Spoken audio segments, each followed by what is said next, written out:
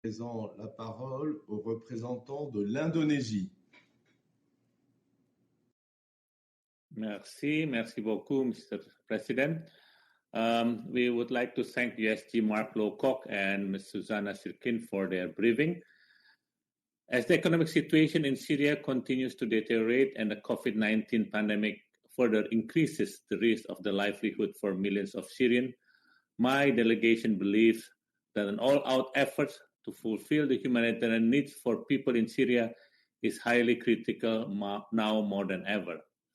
As mentioned by Mark, WFP has estimated that around 9.3 million people in Syria are food insecure, and an estimated 11.1 million people in Syria are in need of humanitarian assistance, of which 4.7 million of them are in acute need. Food prices have reached unprecedented levels and economic conditions continue to deteriorate. These numbers are deeply disturbing. These numbers are men and women, including children, the elderly, and the disabled, who are struggling to meet their basic needs. Therefore, efforts to save lives in Syria must continue. Mr. President, my delegation wishes to focus on the following points. First, we share the Secretary General's view that a sustained and large-scale cross-border response will continue to be necessary to meet the enormous humanitarian need in the Northwest.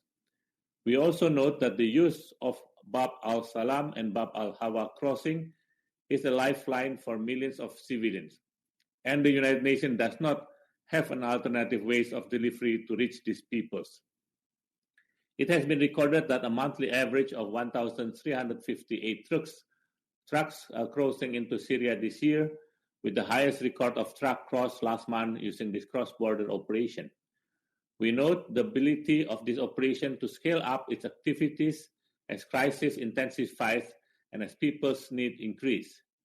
It is therefore necessary, as recommended by the Secretary General, to renew the cross-border authorization for an additional of 12 months in order to guarantee the continuation of life-saving assistances. We would like to encourage all colleagues to be united and find a consensual outcome on this issue, taking into account and what is most important is saving human life. My delegation encouraged the United Nations to continue working with its partners and other relevant parties to ensure the accountability system and the UN monitoring mechanism. The second point is the need to mitigate the impact of Al-Yarubiyah closures. We note that aid deliveries to the northeast have not been sufficient to address the necessary needs that were previously transported through Al-Yarubiyah.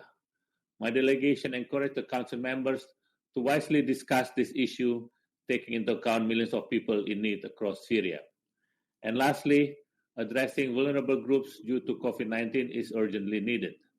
I wish to highlight on the risks and the impact of COVID-19, especially on vulnerable groups in Syria.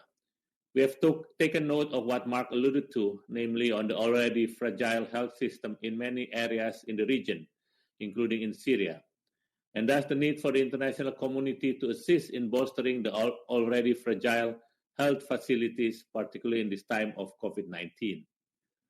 Overcrowded camps in some areas in Syria with lack of medical facilities and sanitation increase the spread of the pandemic in these sites.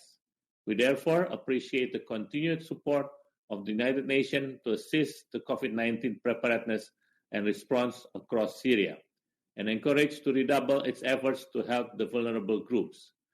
We urge all parties to the conflict to cooperate and provide the United Nations and its humanitarian partners all the necessary access for humanitarian deliveries, particularly to the IDP camps. Mr. President, in this challenging period, the Syrian people not only need an increase of humanitarian assistance, but they also yearn for a period of sustained calm across the country.